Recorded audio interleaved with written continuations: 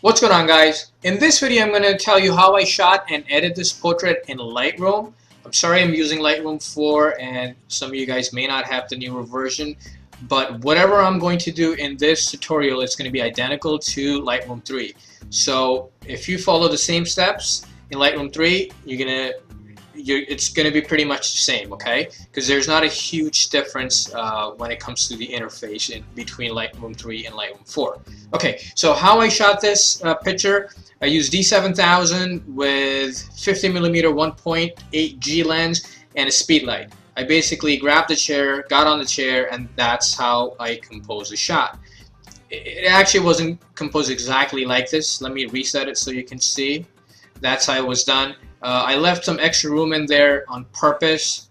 Two reasons. I did not want to fall on her because I was on a chair. And number two, with 50mm lens, if you get very close to your subject, you're going to have a little bit of distortion. So I wanted to avoid that, so I left some extra room in there so I can crop that later. Alright, so let's start the editing process. First thing I want to do, I want to crop this. Okay, all the extra space in there. Just make sure that you're using the original crop ratio. I've done a video on that already. Make sure you check it out if you're not sure what the difference is. Okay, so here's my crop, and I'm going to start off with increasing my contrast. So increase your contrast a little. Don't go overboard. 30 is fine. Now, when you increase the contrast, sometimes you're going to get your yellow tone in there.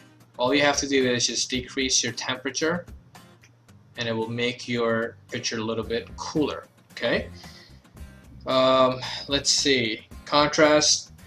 You can mess with whites because you have some bright spots here, but whites in Lightroom 4 is very much similar to your recovery in Lightroom 3. So if you're using Lightroom 3, just increase the recovery a little bit, and in Lightroom 4 I'm basically going to reduce my whites a little, 30 seems fine. Okay, now the next thing I'm going to do is that I want to emphasize on the eyes here, okay, because they're the main focal point. So use your adjustment brush, and what we're going to do is that we're going to cover the inside of both eyes, okay, and then we're going to increase contrast, exposure, clarity, and sharpness in there so they stand out. So adjustment brush and just sort of color it inside. All you're doing is just masking it, okay?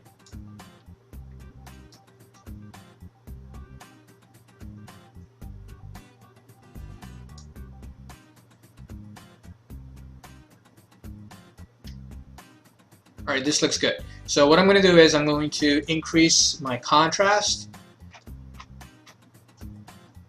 30 looks good. Whenever you increase your contrast, that area is going to get darker. So to compensate for that, just increase the exposure.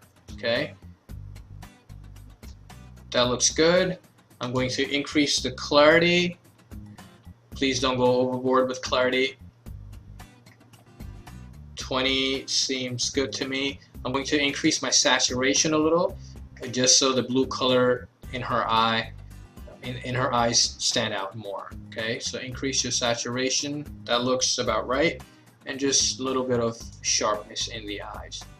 So by using your adjustment brush, when you mask this area, these two areas here, when you change your settings here, that's the only part that it's affecting, and I'll show you in exposure.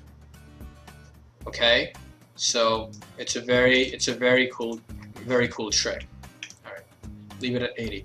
Alright, so I'm going to click done because I'm done with the eyes.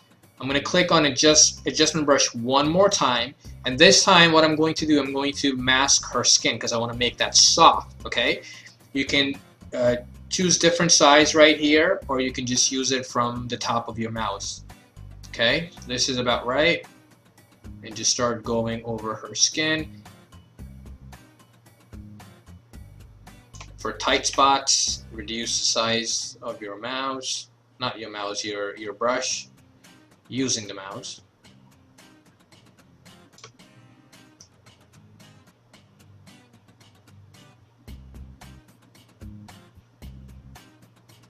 And it's not a big deal if you go outside the line a little. One important thing, guys, make sure that you don't go over the eyes when you're editing the skin, because the skin we're going to make softer and the eyes we made them sharper. So it's very important. Sorry, it's this one right here. Okay, a little bit here.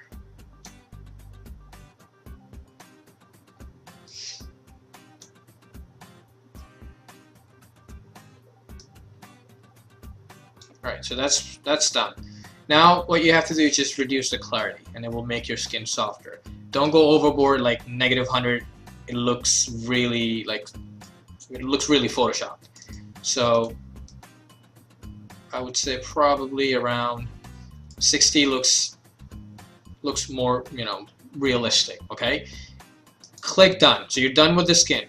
Now here's the thing. I'm seeing a little bit of like wrinkles here. Okay, so create a new job, and this time we're just going to go over the wrinkled area.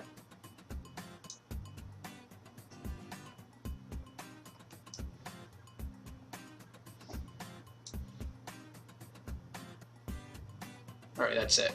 And for this, I'm going to reduce the clarity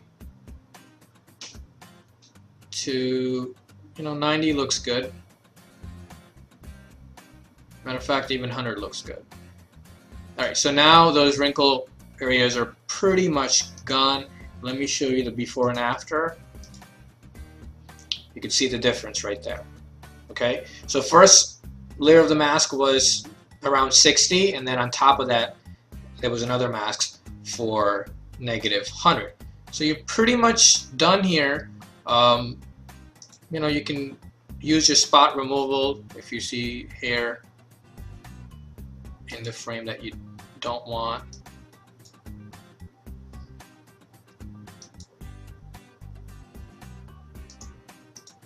Sometimes healing doesn't work, so you can just go clone. Some hair here, but you know, major part is pretty much done. Alright, so that's pretty much it. It's a pretty simple edit, and in real time, once you get in the groove, it should not take you that long to edit this, maybe a minute or two tops. And you know, whenever you do any shoot, you know, you should always pick a few pictures where you want to spend an extra time editing the skin, editing the eyes. You know, you can't do this with every single picture that you take, because it will take you forever to edit all the pictures. But there should be, you know, a handful of pictures from each shoot where you spend an extra time, you know, just in case if the client wants to really, you know, print this, put it in an album, or just frame it, you know. So make sure you know these simple tricks. It's not complicated. Follow the simple steps and you're going to be fine. If there's anything that I left out or you would have done differently, please share that with us. Editing is very subjective, and everyone has a different style. Okay, so, and it's good to learn different style as well, because you know, you don't want to be pigeonholed to just one thing. So if you know anything, any other you know, tips or tricks, please do share that with us. Hope all is well, and I'll talk to you guys later. Take care.